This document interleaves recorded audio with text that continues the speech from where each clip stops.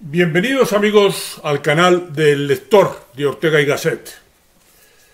Decía Ortega que la metáfora es probablemente la potencia más fértil que el hombre posee.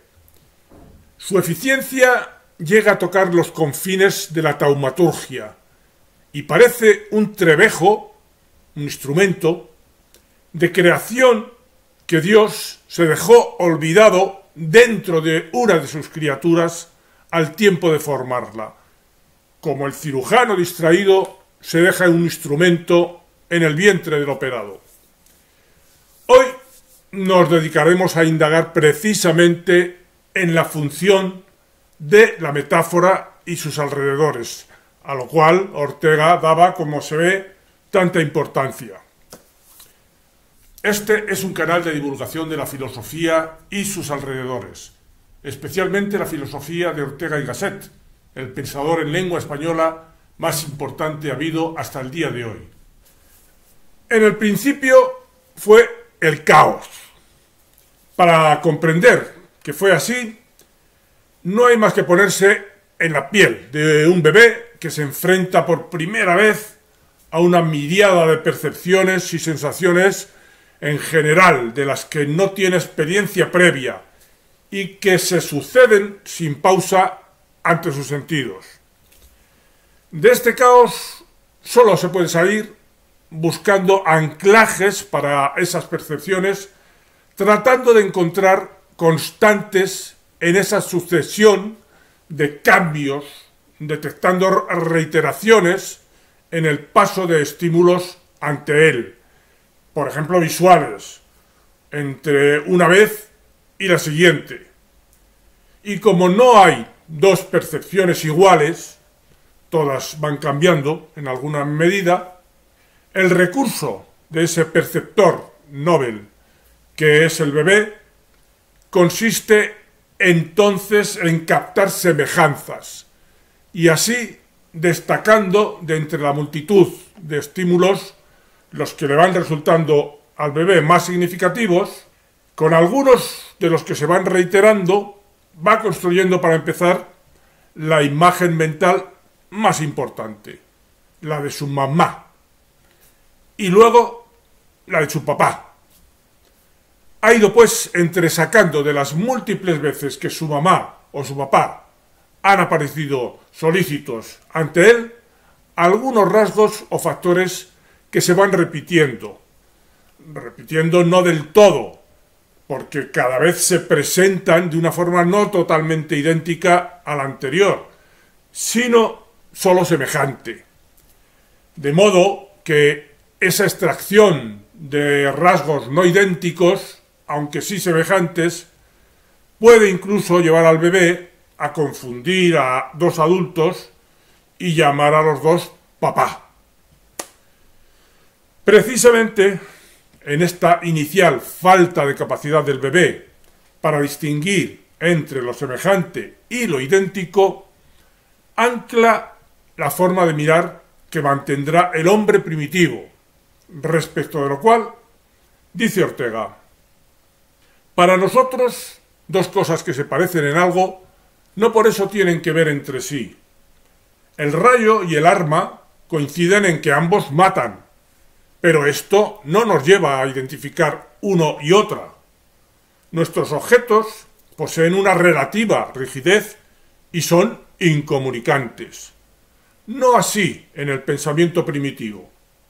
La semejanza entre dos cosas implica en su mente la identidad de ambas, su participación en una misma sustancia. Lo que se haga con una repercutirá en la otra, puesto que son una misma realidad. Las lianas enlazan el tronco del árbol como los brazos del amante a la amada. Es decir, que si el hombre bebe una infusión de lianas, abrazará a la mujer que se la ha servido. Así nace el filtro mágico. El mundo del hombre primitivo tiene muy distinta configuración que el nuestro real y se asemeja más a lo que sería el mundo de nuestra poesía si la tomásemos en serio. junto al anclaje mental en esa confusión entre lo semejante y lo idéntico que acontece en el hombre primitivo, podemos situar también la propia del esquizofrénico, cuya mente impregna el entorno de señales que, representando en realidad sólo similitudes, indefectiblemente considera él como aviso de identidades. Ejemplo tomado al vuelo. El premio Nobel y conocido esquizofrénico John Forbes Nash, sobre cuya biografía se hizo la multipremiada película Una mente maravillosa, cuando veía a alguien con una corbata roja, consideraba que ello era una señal indefectible de que esa persona era uno de los rojos comunistas que estaban conspirando contra él. Convertía la similitud entre el rojo de la corbata y el rojo de la ideología en una identidad. Esta confusión de identidades está también detrás de la aparición del arte, que en su origen tiene un sentido asimismo mágico, y según el cual la representación pictórica o escultórica de una imagen es considerada como idéntica a aquel animal o figura representada. Estamos hablando del origen del arte. Dice Ortega a este respecto: hay ciertas cosas cuyo parecido con otras es superlativo, a saber, sus imágenes o figuras. Para nosotros, la figura dibujada no tiene ninguna realidad propia, y tal vez exageramos un poco más de lo justo, pero se comprende que el hombre ha tardado milenios en convencerse de que un bisonte pintado no es, al fin y al cabo, un bisonte. Pasa como con el nombre que es para la mente primaria un modo de la cosa misma. Los esquimales sostienen que el hombre se compone de tres partes: su cuerpo, su alma y su nombre. Nombrar es, pues, en algún modo, tener la cosa. Y así, al identificar una cosa con su nombre, se acaba derivando en el conjuro, modo incipiente de la oración. Y efectivamente, como dice Ortega, el poeta es el siguiente tipo humano a considerar dentro de este trayecto evolutivo que esta vez acepta la diferencia entre lo semejante y lo idéntico, aunque en una especie de juego los equipara. Recordemos a Ortega cuando dice que el mundo del hombre primitivo se asemeja más a lo que sería el mundo de nuestra poesía si la tomásemos en serio.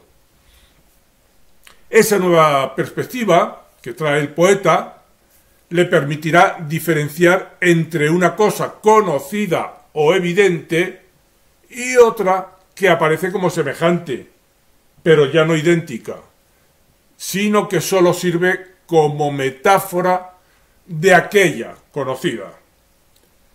La metáfora, dice Ortega, es un procedimiento intelectual por cuyo medio conseguimos aprehender lo que se halla más lejos de nuestra potencia conceptual. Con lo más próximo y lo que mejor dominamos, podemos alcanzar contacto mental con lo remoto y más arisco. Es la metáfora un suplemento a nuestro brazo intelectivo.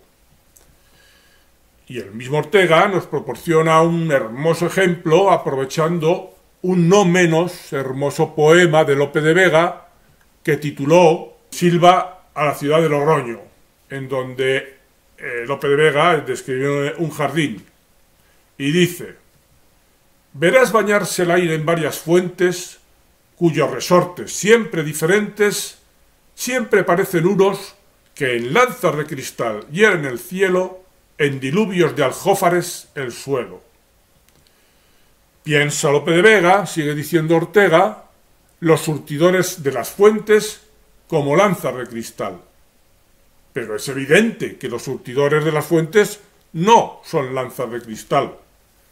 Los términos de la metáfora han recogido algunos elementos de la figura representada en ella y con ellos han realizado una ficticia identificación, un juego. Efectivamente, el juego, singularmente el juego infantil, tiene una función equivalente a la de la metáfora: sustituir la realidad por algo que se le parece, a sabiendas de que incluso para el niño no es lo mismo jugar a médicos que ser médicos. Y tampoco es lo mismo una lanza de cristal que un surtidor de agua. Se han extraído o abstraído de esos objetos concretos algunos elementos en los cuales se puede encontrar una identidad que resulta parcial si la referimos al conjunto de ambas cosas, y así se construye la metáfora. De esta forma explica Ortega lo que se produce. Los objetos concretos son compuestos de objetos más elementales y abstractos. Así, la lanza de cristal contiene, entre otros muchos ingredientes, cierta forma y cierto color. Contiene un ímpetu para herir que le llega de un brazo. Parejamente, del surtidor podemos abstraer su forma, su color y un ímpetu ascendente que le llega de la presión hidráulica. Si tomamos enteros surtidor y lanza, veremos que se diferencian en muchas cosas, pero si tomamos solo esos tres elementos abstractos, encontraremos que son idénticos. Forma, color y dinamicidad son los mismos en el surtidor y en la lanza.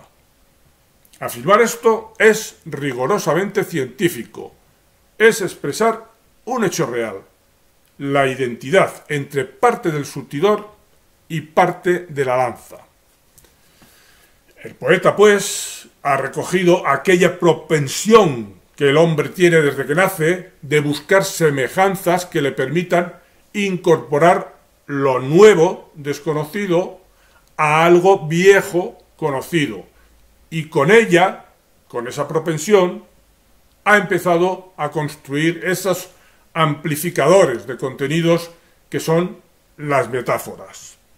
El poeta, dice Ortega, elige la palabra cuyo usual sentido tenga alguna semejanza con la nueva significación.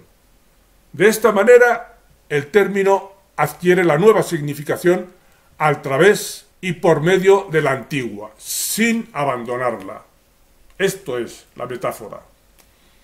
El poeta recoge la realidad ya conocida, el surtidor de agua, y le añade una nueva significación, lanza de cristal.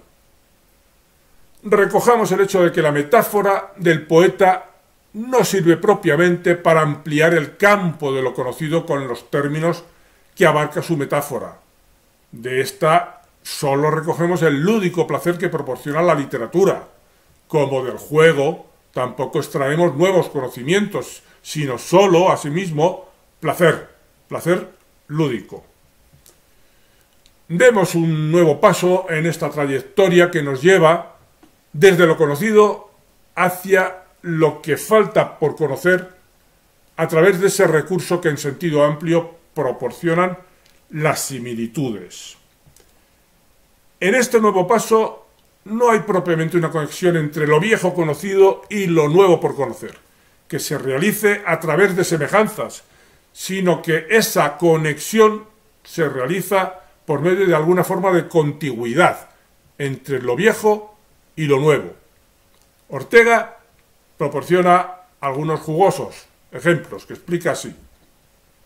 Metáfora es transposición de nombre, pero es el caso que existen muchas transposiciones de nombre, las cuales no son lo que aludimos con el nombre de metáfora. He aquí algunos ejemplos variamente notorios. Moneda designa el objeto intermediario del tráfico cuando consiste en un metal acuñado. Primitivamente, moneta significó la que amonesta, la que avisa y previene. Era una invocación de Juno, del dios Juno. En Roma existía un templo a Juno Moneta, junto al cual había una oficina de cuño. El objeto elaborado aquí atrajo sobre sí el epíteto de Juno, es decir, moneda. Nadie, al usar la palabra moneda, piensa hoy en la soberbia diosa. Otro ejemplo. Candidato era hombre vestido de blanco. En latín el color cándido era el color blanco. Cuando en Roma un ciudadano optaba a alguna magistratura, se presentaba al cuerpo electoral cándidamente ataviado. Hoy es candidato todo el que opta a un cargo, cualquiera que sea su indumentaria. Son estos ejemplos de transposición sin metáfora, sigue diciendo Ortega. En ellos, una voz pasa de tener un sentido a tener otro, pero con abandono del primero. Veíamos que la metáfora poética no está propiamente destinada a conducirnos al conocimiento de nuevas cosas, sino que se contenta con producir placer literario, aunque en el pensamiento mágico y en el del esquizofrénico, la información añadida por la metáfora se toma en serio, y lo semejante que ella detecta se toma como real y literal, esto es, como signo de identidad. En este desplazamiento hacia lo contiguo, que hemos visto en el caso de la moneda y del candidato, sí que utilizamos el conocimiento de lo viejo para ampliarlo hacia algo nuevo. Un sentido también poético, pero que nos acerca a la metáfora como medio de conocimiento, y no solo con sentido literario, es lo que ocurre en el modo de escritura propio de los chinos, a través de ideogramas, en los que lo escrito no tiene una referencia directa con lo significado, sino que viene a expresar imaginativamente la idea que se trata de expresar. Y puede ocurrir en tal caso que lo nuevo, para lo cual no se tiene todavía un signo con el que expresarlo, obligue a operaciones metafóricas, del tipo de esta que cuenta Ortega. Cuando se quiso pensar por separado la tristeza, se encontró el chino con que carecía de signo para ella.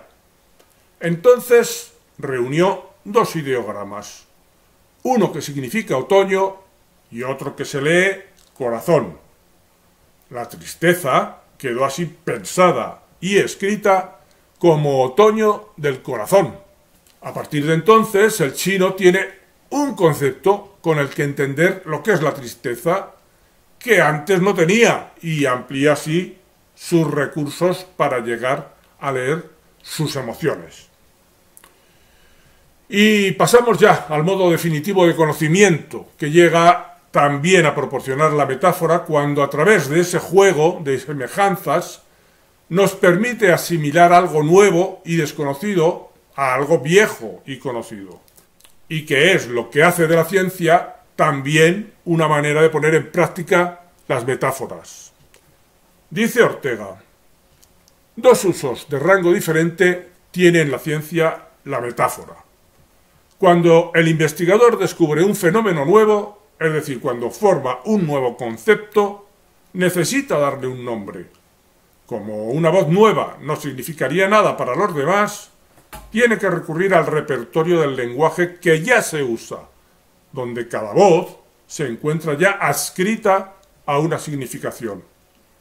A fin de hacerse entender, elige la palabra cuyo usual sentido tenga alguna semejanza con la nueva significación.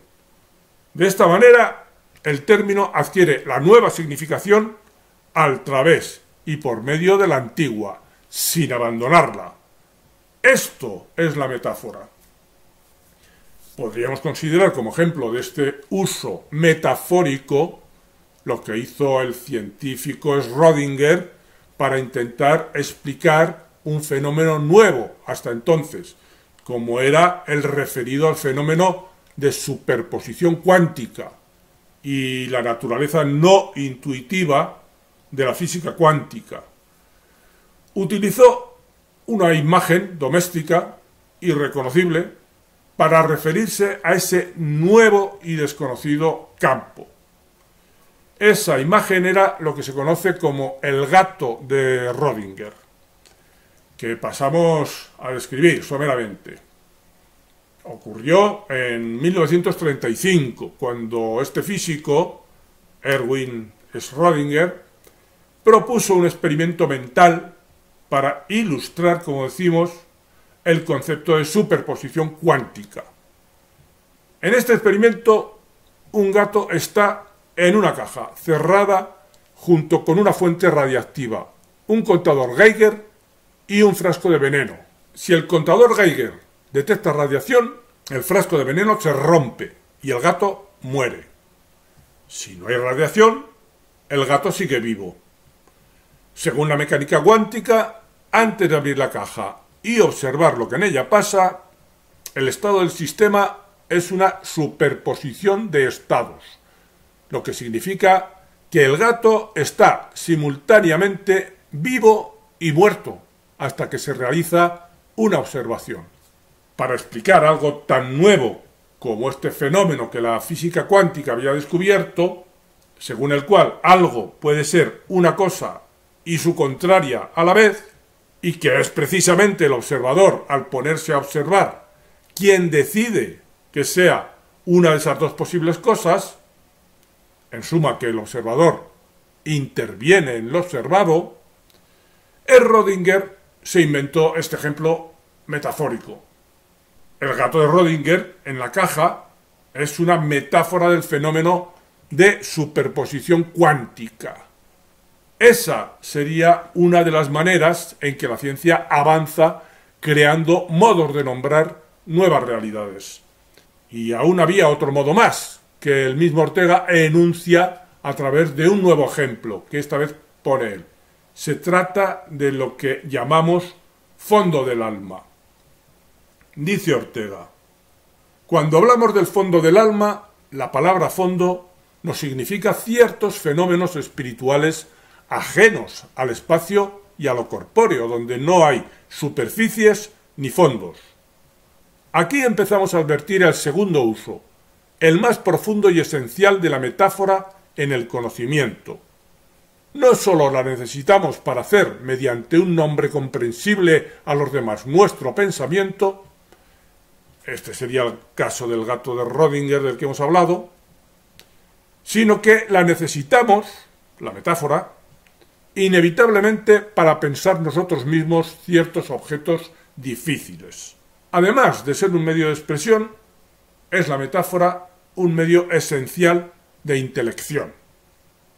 Hablamos del alma entonces, en este caso, como si fuera una especie de tonel, que, igual que él, tuviera un fondo. El alma y el tonel solo se parecen en este aspecto, pero lo aprovechamos como metáfora y así ampliamos nuestra idea de lo que es el alma, imaginando que guardamos en lo más íntimo algo más profundo que lo que llegamos a apreciar en una visión más superficial de lo que somos. La ciencia se limita así a afirmar la identidad entre las partes abstractas de dos cosas, el fondo del tonel y el así descubierto fondo del alma, aunque sabedora esa ciencia de que esa identidad es sólo metafórica, ficticia. También, cuando Newton formula la ley de la gravedad y afirma que los cuerpos gravitan los unos hacia los otros en razón directa de sus masas e inversa del cuadrado de las distancias, no hace sino descubrir una identidad parcial, abstracta, que existe entre las luminarias celestes y una serie de números. Se podría decir que los números son, pues, una especie de metáfora de lo que ocurre entre las masas celestes. Una metáfora que nos permite ampliar nuestra comprensión del movimiento que se produce entre los astros. Cuando Pitágoras identificó lo que sólo eran semejanzas y afirmó que los astros son números, se comportó de la misma manera en este aspecto que propone el pensamiento mágico. La metáfora, como método de ampliación de nuestro conocimiento, a la manera en que estamos viendo que lo hace la ciencia, nos permite acceder a los objetos de conocimiento menos tangibles a partir de los más cercanos y tangibles. Primeramente, dice Ortega, fue preciso que el hombre adquiriese cierto dominio mínimo sobre las cosas corporales. Las ideas sensibles de los cuerpos concretos fueron las primeras en fijarse y convertirse en hábitos. Ellas constituyen el repertorio más antiguo, más firme y más cómodo de nuestras reacciones intelectuales. En ellas recaemos siempre que el pensamiento afloja sus resortes y quiere descansar. Disociar del cuerpo viviente su porción psíquica supone ya un esfuerzo de abstracción que todavía no se ha fijado por completo en nuestros hábitos mentales. El espíritu, psique, o como quiera llamarse al conjunto de los fenómenos de conciencia, se da siempre fundido con el cuerpo, y al querer pensarlo aparte, se ha tendido siempre a corporizarlo. La formación de los pronombres personales relata la historia de ese esfuerzo y manifiesta cómo se ha ido formando la idea del yo, en un lento reflujo desde lo más externo hacia lo interno. En lugar del yo, se dice primero mi carne, mi cuerpo, mi corazón, mi pecho. Todavía nosotros, al pronunciar con algún énfasis yo, apoyamos la mano sobre el esternón en un gesto que es el residuo de la vetusta noción corporal del sujeto. El hombre empieza a conocerse por las cosas que le pertenecen. El pronombre posesivo precede al personal. La idea de lo mío es anterior a la del yo. No es pues extraño que el léxico posea muy pocas voces que designen originariamente hechos psíquicos. Casi toda la terminología que hoy usa el psicólogo, concluye Ortega, es pura metáfora. Una palabra con significación corporal ha sido habilitada para expresar secundariamente fenómenos del alma. Y en este contexto habría que reparar en el empobrecimiento que significa el materialismo, que tiende a amputar del proceso de conocimiento este tipo de avances que llevan desde lo sensible y corporizado hacia lo psíquico y espiritual, que es el poder que nos concede el uso de metáforas. Así pues, si repasando este tránsito entre lo ya conocido y lo semejante por conocer, hemos visto cómo en eso consiste el método que los hombres utilizamos para conocer en general. El niño, para empezar, lo hace asimilando imágenes que se reiteran dentro del caos de percepciones que acontecen ante él. Una vez establecida esa conexión con lo semejante, vimos cómo el hombre primitivo y el esquizofrénico convierten mentalmente en idénticas cosas que solo son semejantes. La poesía y el juego son dos modos de aproximarse a lo semejante de un modo lúdico y placentero. Hemos visto también cómo nos podemos aproximar al conocimiento de cosas nuevas a partir de su contigüidad o cercanía con cosas viejas. Los ejemplos de la moneda y el candidato. Y por fin, hemos visto cómo el pensamiento, que podemos ya llamar científico o racional, usa asimismo de la metáfora para expresar nuevas experiencias y o para poner nombre a fenómenos hasta entonces inéditos o no conocidos. Ortega llega a decir que la metáfora es una verdad, es un conocimiento de realidades. Esto implica que en una de sus dimensiones la poesía es investigación y descubre hechos tan positivos como los habituales en la exploración científica. Y la metáfora, en fin, sirve para transitar desde el conocimiento de hechos materiales y tangibles hasta otros de naturaleza espiritual e intangible. Y con esto doy por cumplida la exposición prevista para este vídeo. Hasta otro vídeo, amigos.